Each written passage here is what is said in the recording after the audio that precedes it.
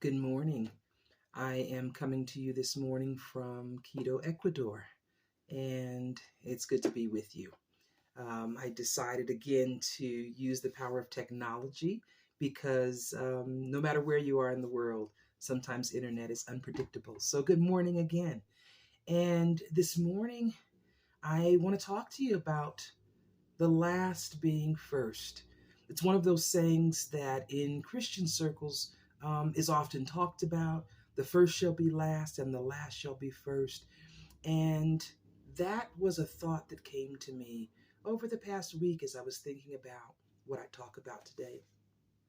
This morning, we opened with a quote from a book called The Power of Now by Eckhart Tolle. And it talks about the second coming of Christ, which is in Christian circles like this is the ultimate goal, the second coming of Christ and this promise of heaven. And so the quote says the second coming of Christ is a transformation of human consciousness, a shift from time to presence, from thinking to pure consciousness, not the arrival of some man or woman. And I thought about that. I thought, what if that were the case? I was on a thought path, as sometimes I am when I decide what I'm going to speak about on the Sundays that I'm with you. I came to Ecuador to see the country. And if you want to see a country, take a bus. If you want to weave in and out of towns and villages and see a glimpse of the people and a snapshot of how they're living, take a bus in a third world country. You see, Ecuador, by the standards that someone sets, is a third world country. It meets the standards that are currently used to describe what third world countries are. The country has high rates of poverty, a high infant mortality rate, poor prisons, and poor education levels. I've been on several of these bus rides so far on this adventure, and I've tried really hard to just live the experience of being here. No analysis, no judgment. Well, the judgment part I've done pretty well with, but the analysis part has indeed been a struggle. I've ingested the data from my eyes, and it's caused my head to spin. I've tried to process what I've seen through my frame of reference. Some of the towns that I've passed through and walked through are what I would know as a shanty town. Meager construction, some without windows alongside dirt roads. It's a poverty that I have only seen in America at homeless camps in recent years. But that isn't what amazed me. While I've thought about some of the low-cost technology that could perhaps improve the quality of living, like simple water filtration systems and maybe solar, my focus turned not to the poverty, but to the people. I got up early one morning this past week. Well, not super early, but about 6 o'clock. I got dressed as I listened to the sounds outside. I was listening for the crescendo in motion from the people across the street that I could hear outside of my window. I was in Puerto Lopez. It's a small fishing community on the Pacific coast side of Ecuador. And as I exited the outer gate of the hostel that I was making my temporary home for a few days this past week, I crossed into the street and into the motion of this village. The men, the women, the dogs, the birds, the fishermen, they were already in motion. They were offloading their catch, some which had already been gutted at sea, and they were offloading the innards to the congregation of birds that were waiting anxiously. Being there a couple of days, I realized this was an everyday kind of thing, and the birds were ready for the treats and waiting. There were vendors out selling 25-cent cups of coffee with or without milk. They were baking buns that looked like country biscuits in ovens attached to bicycle carts. They were talking and laughing. They were shaking hands and eating and drinking and working and buying and selling. And some, like me, were just standing. I found a bamboo post. It was holding up the food court and the fish processing areas right there on the beach. I backed up to it with my coins stashed in my pocket, and I watched and I listened. I looked aside. Ah, mi familia! Two older gentlemen greeted each other with a hug. And then the young man that remembered me from the day before nodded and gave me a buenas, which I think is short talk for buenos dias, like good, you know what the rest of it is, fill in the blanks. I stood there 2 hours before finally deciding on a pound of the most giant shrimp I'd ever seen. And before I had the courage in my words to venture over to where the crowd of non-vendors were buying smaller portions of fish, I was approached by a gentleman. I was standing near the fish cutter's cart. They were bringing him fish, and he was on this cart, and he was butchering and filleting the fish that was coming right off of those boats. He was selling quantities of this butchered fish. And I was standing there, and a man saw me, and he says, "What would you like?" And I said, "I'd like a little bit of tuna." And he says, "Look, over there, he's got some small tuna. Go, buy one of those." I said, because what I was really doing was trying to get my courage up and make sure that I had enough of the words in Spanish to be able to have a simple conversation. Can I have one of those, and how much is it? But he encouraged me. He said he's selling the small tuna, small being about 10 to 12 inches, two for $5. But tell him you only want one, and it should be $2 or $3. I said, okay. And I stood back to my post, and I got my words together, and I went over and bought my tuna from the vendor for $2. I was a stranger. I was a gringo. But he wasn't too busy to care. In those 2 hours that I stood there, watching the motion, listening to the sounds, taking it all in, I began to think, what a simple existence. The extreme care I heard everyone talk about regarding preserving the lands that I visited, whether it was Isla de la Plata, and they were talking about how important it is to preserve the pristine culture for the animals and the aquatic life off of that island. As I hiked through one of the national parks, these were virgin beaches. They were very careful about what they would allow you to even bring into the beaches. There weren't going to be any cigarette butts or trash strewn. They talked about the importance of maintaining those areas, the importance of maintaining the habitats in those areas. And even as I ventured out on the hike, I saw signs that says, please don't pick any of the fruit off of the trees. Our animals need that to survive. I'm on a board for an organization that pairs faith and environmentalism.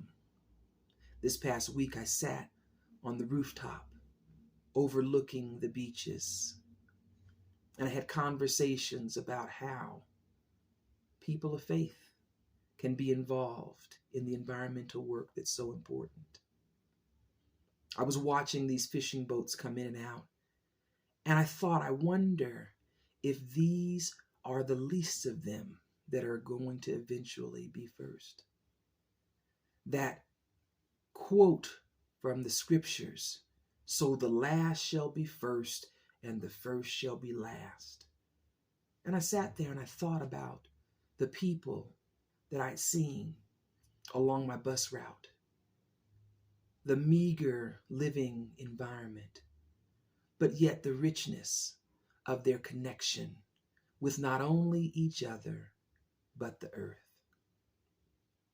So as I thought about that, and I thought about what I'd share today, as life usually happens, one of our friends, Candace, she's come and spoken with the church on numerous occasions, but she had a post up. And it was an article she had written about the second coming, and don't we need it now? She quoted that passage from Eckhart Tolle, and she quoted a passage from the Course in Miracles. And she suggested the what if. What if this idea of heaven is something that's going to happen for us? And why couldn't it happen in the here and now? And so those thoughts began to swirl. When I was in seminary, I did some study about the kingdom of heaven and the kingdom of God. And while it was a question that had been in my mind since a childhood, you see, I grew up in the gospel era where gospel was emerging.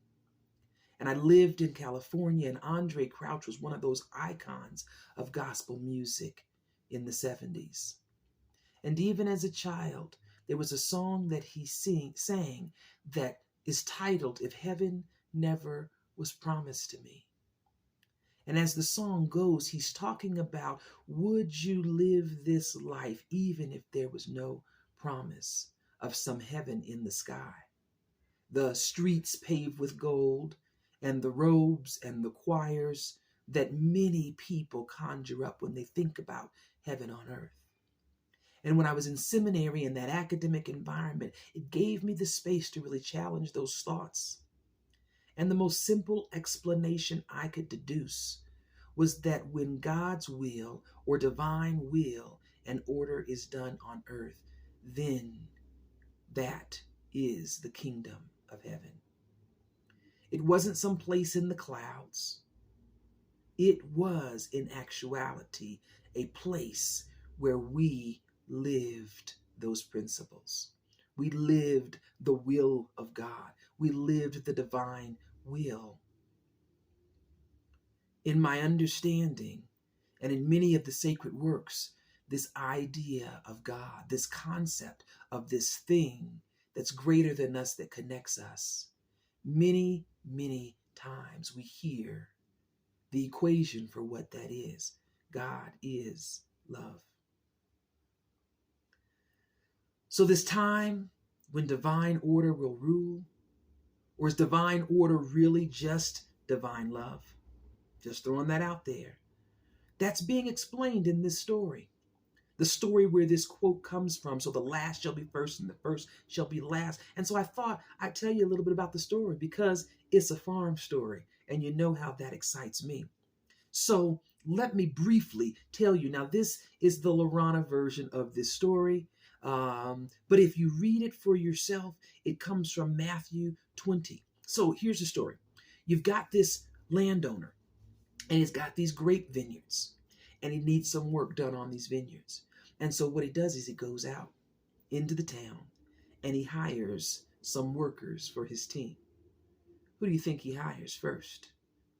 Well, they're probably the most capable, the most worthy workers of this. So anyway, he goes out and he hires these workers. But before he does that, he says, I am going to ask you to work until the end of the workday. And in exchange for that, here's how much I'm going to pay you. I'm going to pay you 1 penny. 1 penny was probably a whole lot more back then than it is today.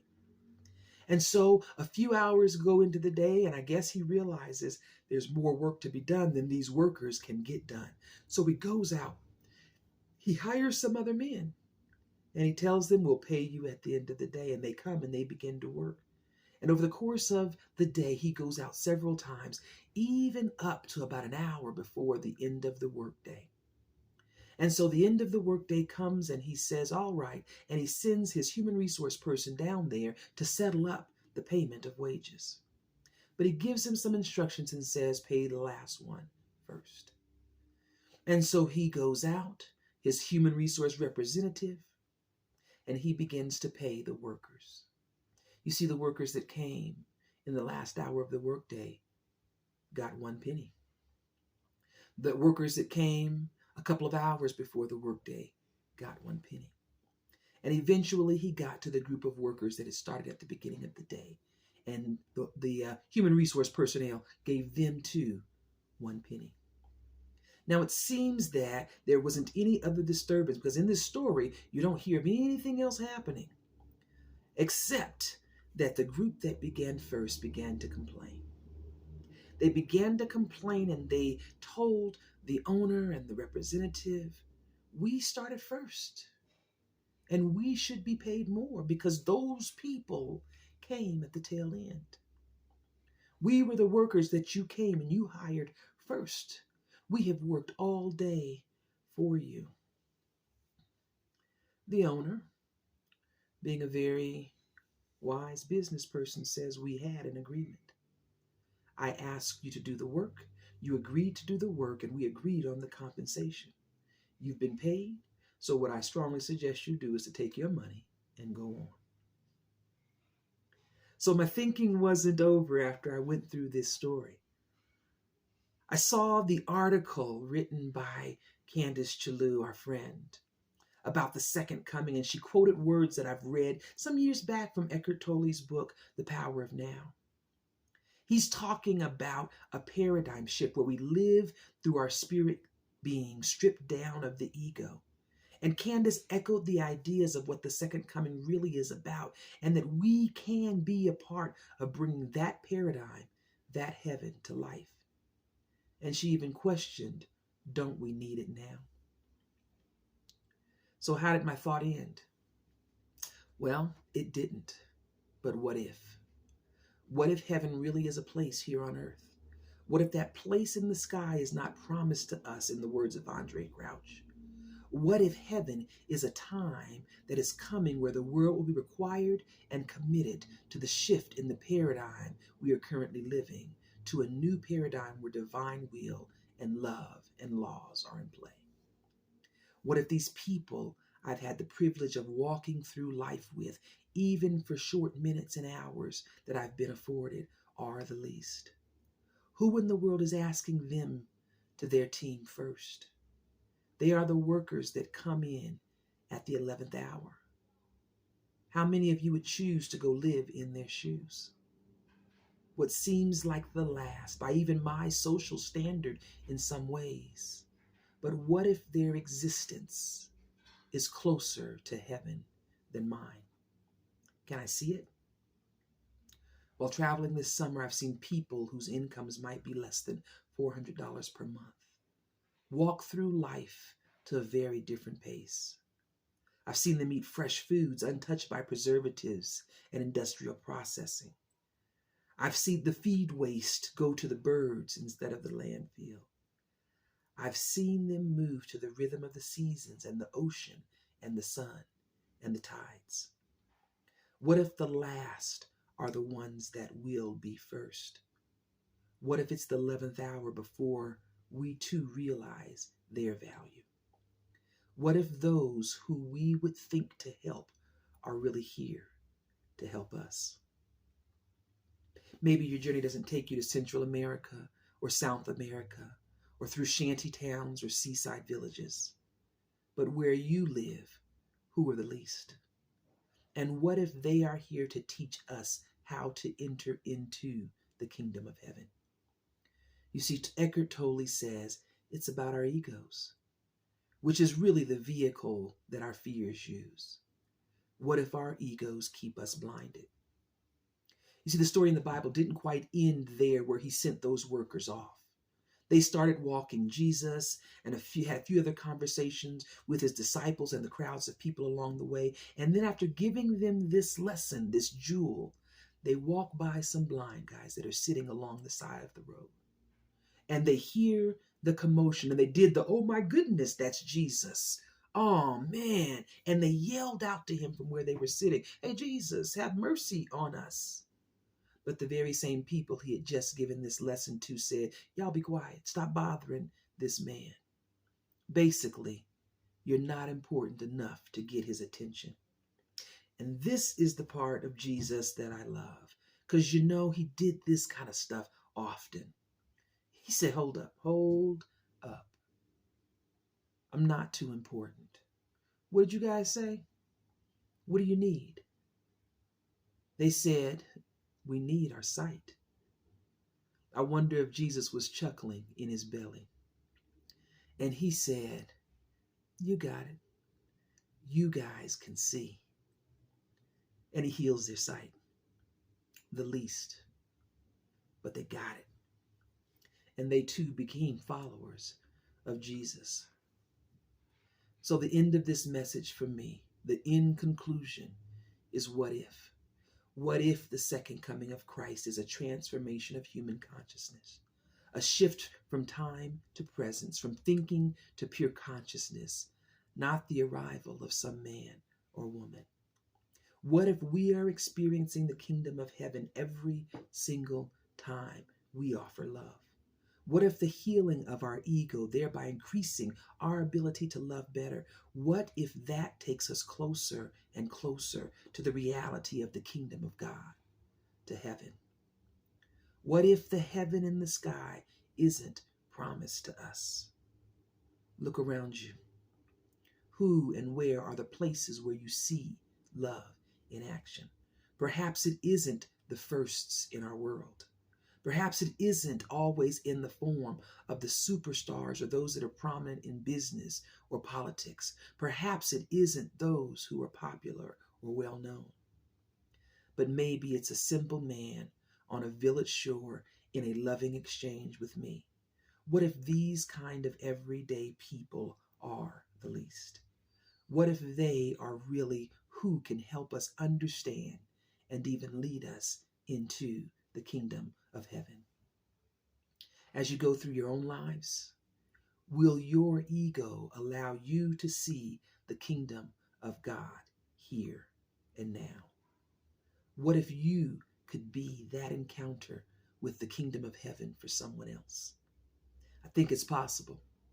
I think every single time you have a loving exchange with yourself, with others, with animals, with the earth, with the ocean, I think in those moments, the kingdom is near, yet maybe even here, even but for a minute of time. If we join together, can we not stitch those moments together into a new reality, a new earth? Who's with me?